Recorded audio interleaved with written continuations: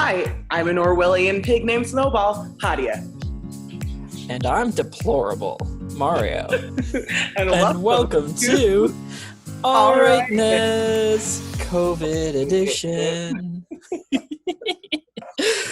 The movie review YouTube series where we watch movies and tell you about them, whether you like it or not. Whether you like it or not, because we got opinions about stuff. Whether you like it or not. Uh-huh. That's how it goes, right? Nope. So tonight we watched The Hunt. And I'm just going to say it now. What could I give it? What is your rating? 5 out of 5 shotguns. I give it a yes.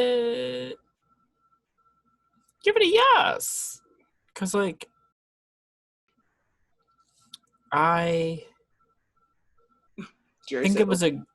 I think it was a good movie. It's just some of the dialogue writing was so hard to get through. Well, this movie wasn't supposed to be realistic, and you went into it thinking it was going to be realistic. So you did that to yourself.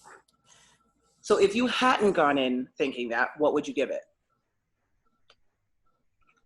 I would still give it a yeah.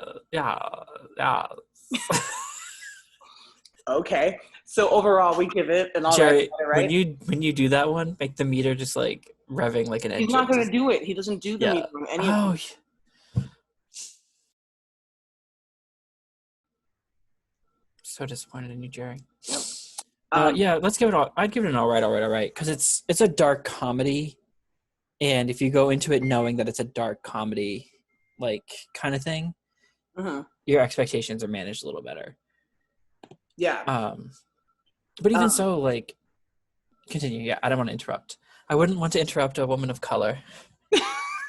So, lest I be hunted next. That because this movie is about it's a Blumhouse movie, which that should just tell you already that it's going to be good. I had never seen a Blumhouse movie that I do not like. So this movie it's about 12 people. It starts right off the back, just gets right into it, and it's just 12 people get abducted and taken to somewhere, they don't know where, and hunted like animals. And, you look at these people and they apparently all don't have anything in common for the most part. Like Emma Roberts' character looks like a rich socialite. She looks like all of her characters in Ryan Murphy TV shows. Ryan Murphy, you don't even get started. There's a hot guy from Passions. Who he looks like he's going to be the hero of the movie. Oh my God, are you serious? But so he looks like he's going to be the hero of the movie. And then because he's a white dude. Well, no, just because he's the handsome guy. Yeah, he's also kind of A-list, not A-list, but him and Emma Roberts were the two most recognizable people. No, they weren't. Ike Barinholtz was. I didn't recognize that guy until you said what he was from. Oh, I saw him in the background, blurred out, and I was Passions. I didn't recognize him until you said what he was from. Ike Barinholtz and Emma Roberts and Hilary Swank were the most recognizable. Yeah, but you don't see Hilary Swank until the end. And the brown guy. I don't remember the brown guy's name, but he's in a bunch of stuff, and he's hilarious. But they did have a surprising number of recognizable people that were in this movie for a very short amount of time. Yes, they did. So Ike Barinholtz always plays a guy, so his character in The Vow is a guy who, The Vow is basically after Trump becomes president, he makes all Americans take this vow of what's it called? Patriotism. Basically says they'll do anything. It basically just gives the country the free will to draft them and make them keep up their lives and stuff like this. And so they give them a full year to decide to take it, and they make it seem at first like it's not a mandatory thing. Yeah. And then the closer, and so it starts on Thanksgiving, and then goes until the next Thanksgiving. And so Ike Barinholtz is married to Tiffany Haddish. And they both have decided they're not going to do the vow. And then their Thanksgiving comes along, and his family's coming, and he can't stand most of his family because they're all white, Republicans and stuff like that. And so to see him in this movie, was very weird because his character in this movie was the exact opposite. Like in Val, he was like, I would never have a gun. Why would I have a gun? What do I need a gun for? And in The Hunt, he's like, yeah, I have 7 guns. And he's like, it's my constitutional right to defend myself should I need to. And so basically the movie is a bunch of really rich liberals, white liberals, well, except for one. They decide to take matters into their own hands, and they hunt deplorables, or, you know, people that voted for Trump, people that, you know, scream they don't want gun control, stuff like that. Yeah, continue. Sorry. Wait, no, what were you going to say? Except that it turns out that's not the case. They were really just only hunting people that exposed them and got them fired from their jobs. Yeah. So it initially started, but it's made you, you're led to think that. Yeah, but all those people probably were those people, but that ended up not being why they chose them. Yeah. Like, if that makes sense. Because, like, what's his name? Frank from Boy Meets World, his character. Shut the fuck up, Gary. Yes. He has a podcast called, like, the Confederate something. Yeah. So, like, you know, and then he goes on this immigrant rant. Yeah. So like, it's definitely that these people are also most likely on that side of the fence, but deplorable. But the reason they were chosen was because somebody hacked into a system and exposed a text message thread about basically the movie is just about, like, the extremes of both sides and how, like, both of them are dangerous. Yeah. And it follows this one woman named Crystal as she basically, like, fights for her life during this hunt. And it's quite well. Yeah, it's ridiculous. It is. What was your favorite part? I don't know. I really had a hard time getting over myself. You know? Yeah, I do know. Like, there's the part of my brain that was like, no, this is not the movie that you thought it was, and enjoyed it. And then there's the part of my brain that was like, this isn't the movie that I had come in here expecting, and I don't really feel like watching this. You know?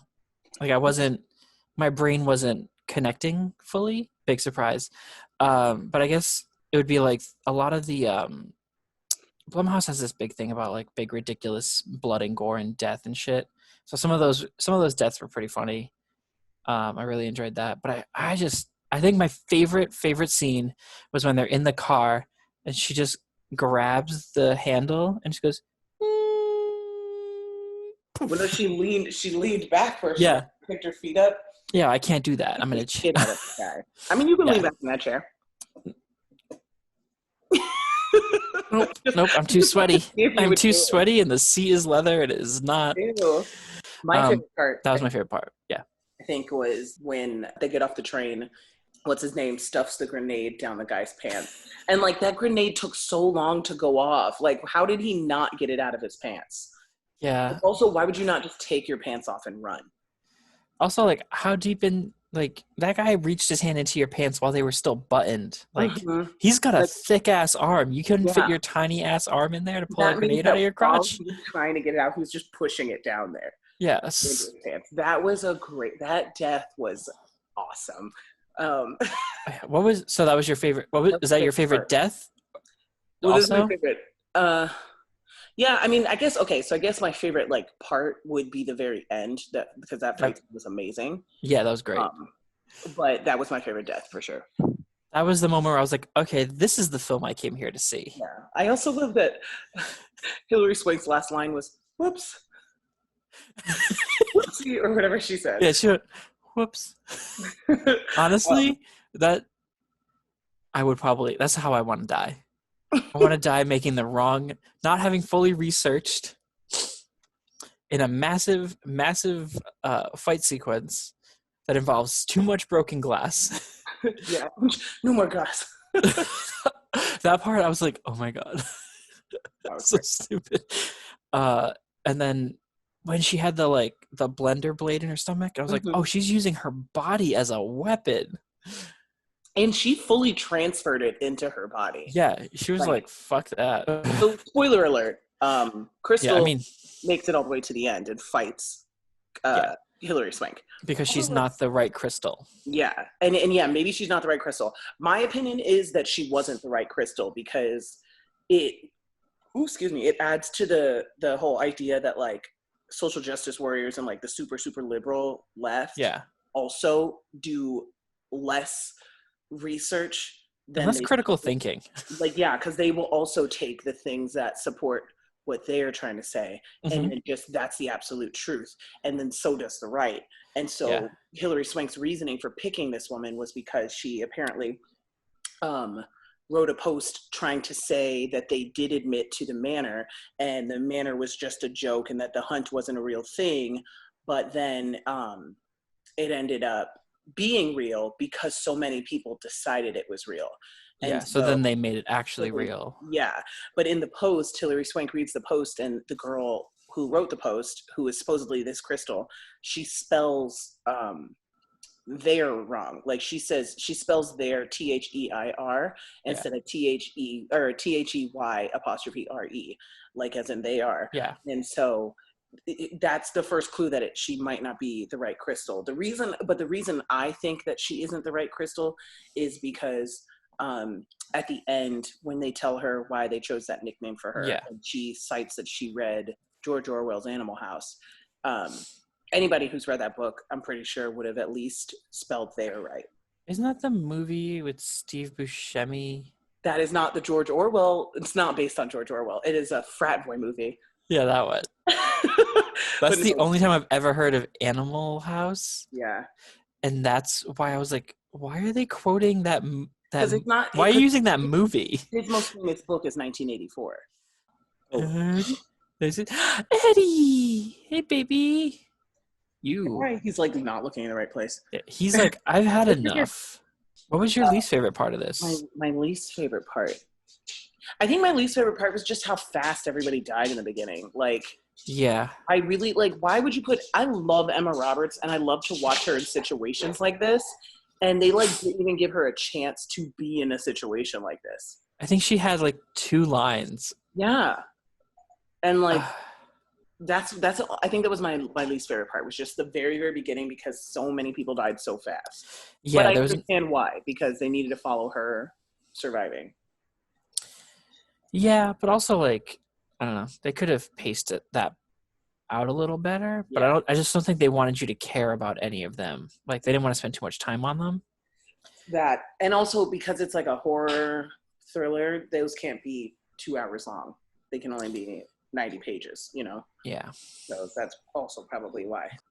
What was your least favorite part?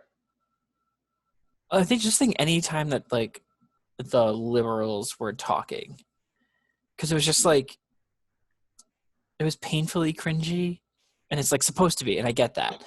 But it was just, like, it was like when I was watching Daybreakers, and I was like, this show can't decide if it's a pro-liberal or anti-liberal. Daybreak, the zombie movie?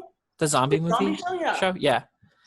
Yeah, because they were just trying entirely too hard to be liberal. I mean, not liberal, millennial. Yeah. And it's just, I felt like I could hear the executive decisions to add things, because Blumhouse will basically just buy any movie script, make a bunch, and then some of them are hits, some of them are not. They don't really care. I love because they made money. I mean, it makes sense though, because they have like all those shows that come out every month for on Hulu, Into the Dark. Yeah, all Blumhouse, and granted, during this quarantine, none have come out. Yeah, because no one can film anything. Yeah, this is the first time in 19 months that one of them hasn't come out. That was probably my least favorite part. But like, I get it, because but it's supposed to be dramatic and over the top, just like the Republican, the people being hunted were dramatic and over the top. Yeah, like, I mean, it does get like really, really unnecessary. Like, because I did feel that sometimes while watching like Daybreakers in this movie, but not as much in this movie, I think, because their conversations were so much shorter than like Daybreakers, but Daybreakers would have full-on whole scenes where they're... like a whole episode about it. I'm like, shut the fuck up. Just shut up. So that's the movie. We rented it for $20 on Amazon. Yeah. I mean, I wish we had bought it because I would love to own this movie. If I had paid $20 to own it, I feel like I wouldn't mind it. But $20 to rent this movie? Yeah, that was a little much, but that's much. While we say this movie is all right, I don't think it's not all right enough to pay $20 to just rent. Like, yeah, it's the lowest. It got to all right on a technicality.